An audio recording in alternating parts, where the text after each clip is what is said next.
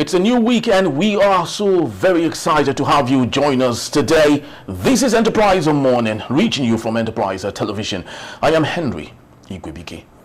In a bit, we'll be going to our newspaper headlines to see all that we have for you this morning, and of course, peruse through some of them. And right after that will be our main conversation also for today. But please, while we do that, we would join you to be part of our community. Have a say in what we say. You can always find and reach us at enterprisetvnews.com. You may like, comment respectfully, that is, and follow us on all our social media platforms at Enterprise TV7. With us today in the studio to do justice to all that we have newspaper headlines today is Olusegun Okunwade. He is a public affairs analyst. Good morning, Sheson, and welcome. Yeah, good morning, Henry, and good morning to all our viewers. Let me say Happy New Month. Happy New Month, the exactly. last month of the year 2025. Exactly. Yeah. Thank you so very much for your time. We truly do appreciate you. All right, so let's kickstart today with the talking point. A very interesting story that we love to go through just before we get into other matters that made rounds on our newspaper headlines, and it's about the Swiss cement maker Huaxin exiting Nigeria, sells a business to Chinese firms. Mr. Sheson, let's talk about this for a bit. Now, Huaxin has been around for quite some time. They have a large share stock with Lafarge, and they're thinking leaving Nigeria.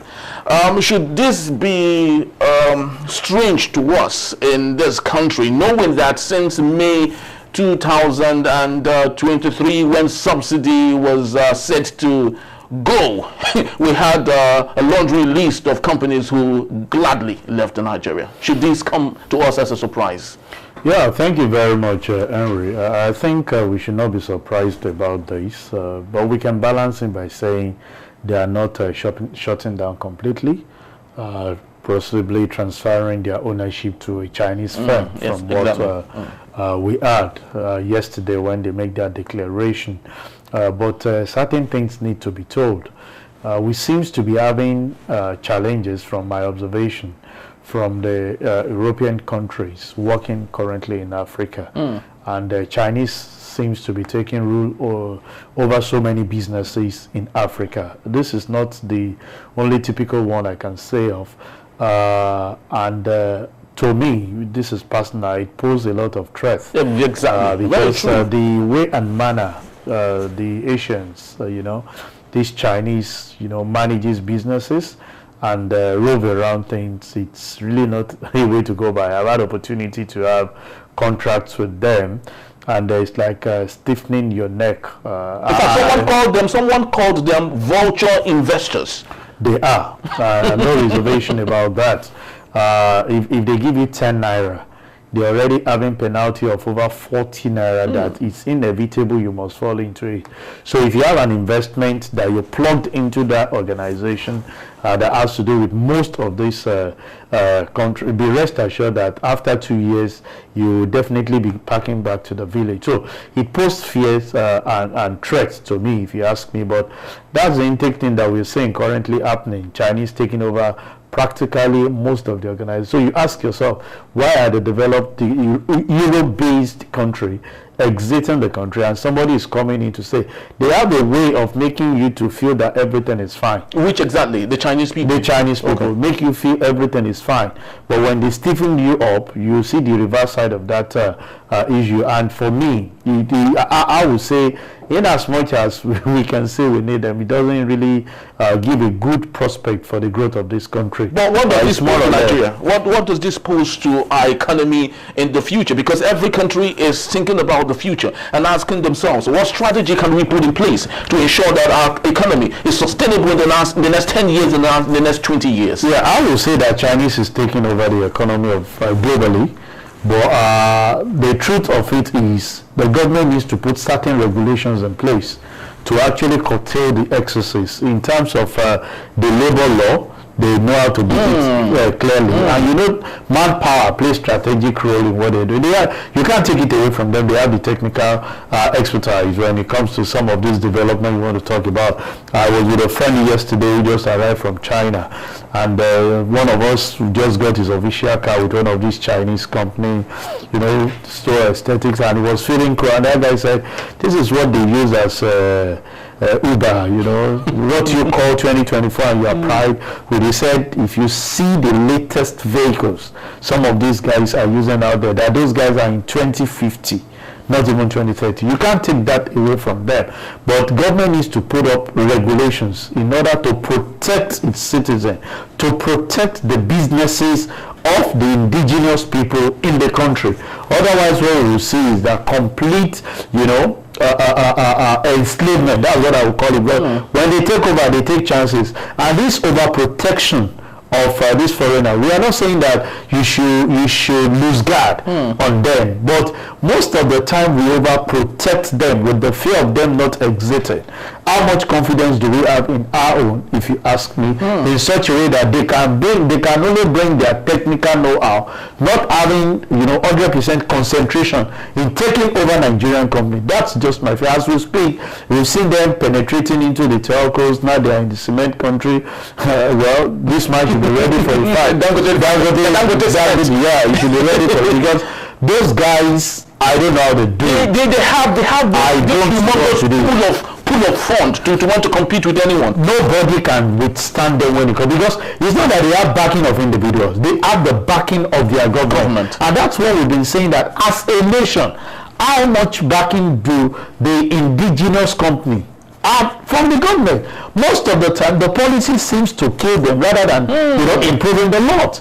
As we speak, everything is not intended in favor of an average businessman in terms of operating costs, in terms of access to loan. I'm sure you heard that MPC had their meeting last week and they increased the basis from 20 to 27.5%. That on its own is already telling you that the cost of fund is as high as 37-38%. Ask how much are the Chinese company getting access to that asset? Some are near 0%. So how do you want to compete with somebody that is having 0% interest rate in his investment, and you that have over between 36 to 40% when it comes to your cost of funds? How do you want to compete for them? These are areas that we keep saying that the government needs to be intentional about seeing the survival of indigenous companies in order to grow our economy.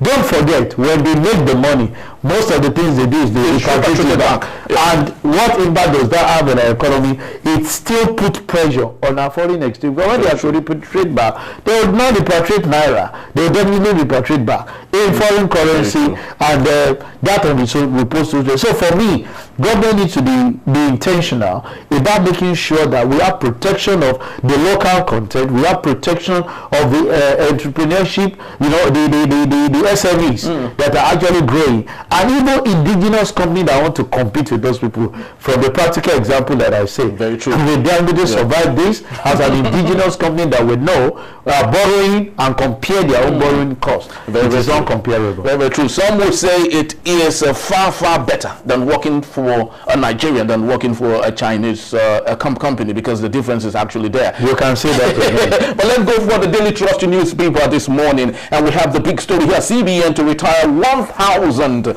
offers of 550 billion naira payoff, and right here they are offering me 97 million naira for 4 years of service, and 17 sacked directors yet to be replaced. On the top strip of the same newspaper, 2027, Atiku Obi's Pali in Yola reignites a merger permutation. And also we have on the bottom strips here, federal government begins a malaria vaccination for children today. And on the very bottom strip here we have Obasanjo to go on. I never knew you asked Abacha not to kill me. Very interesting. But let's get to a political issues. So on the 2027, Atiku Obi Pali in Yola reignites a merger permutation. It's all over the social media space. Of course, the picture between Obi and Atiku Abubakar. And of course, the truth, even a 5-year-old child would understand that if you must beat Bola Ahmed Tinubu, you need something bigger and better. Do you think this is that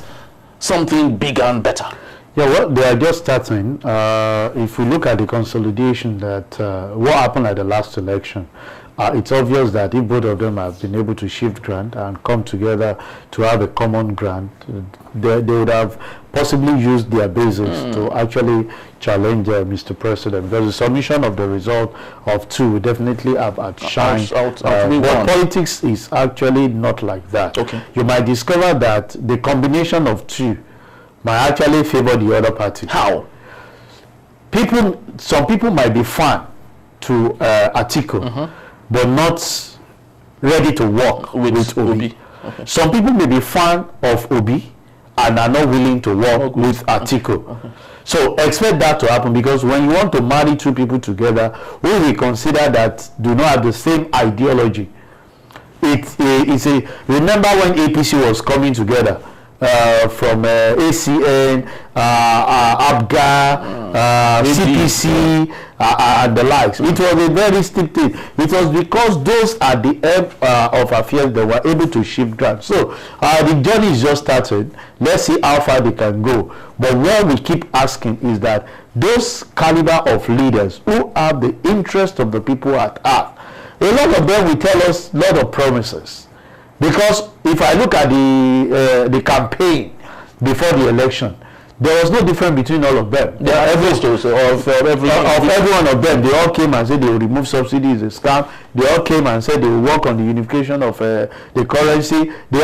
Practically they have the same template. It seems as if it's just one script writer that was writing for the 3 of them on the common thing that they need to do. It's just that the way and manner individual presented differ. But if you look at it, it's just like you and I having the same point to develop. And on the long run, you're able to get those things up. So for me, they wouldn't have done anything differently, if you ask me. Okay. But we want a situation where they will have a see-through. We already know the problem as we speak, that we need to revitalize our economy in such a way that we can domesticate some of the things that we have for us to grow. Otherwise, we consider that a lot of problems will continue to grow even in the economy. Very, very true. But of course, we can't say all of this without mentioning the bulldog in the house, and that is INEC.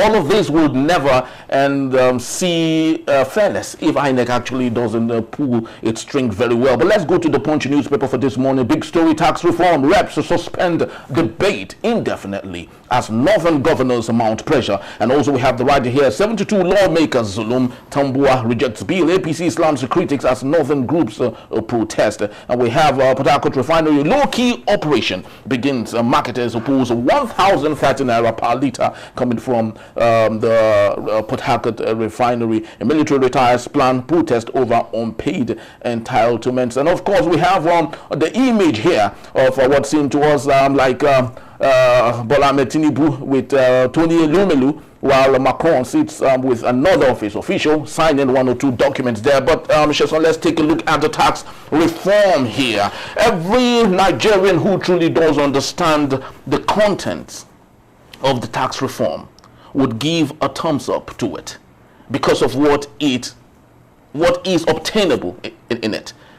Why do you think the northern governors are so opposed to this tax reform? And of course, it's beginning to see the light of the day. Yeah, well, I think the major problem is just putting a halt to this is worrisome, because we need to have an holistic view of it. If there is a challenge somewhere, and I think it's the VAT that is giving us problem, and even in that VAT, it's just one clause, the derivation clause, to say, no, it's not going to be the old thing we used to have. Now we are going to be based on what everybody is contributing. And I saw yesterday on social media when it was circulated that in the north there was this mass destruction of alcoholic drink. Yeah. I think in Yobe. Yeah. You know, and somebody came up to say, this is why we say it should be derivation. So when you get income from the VAT for that particular drink, so Yobe is expected to partake in what they've not contributed to the bottom line.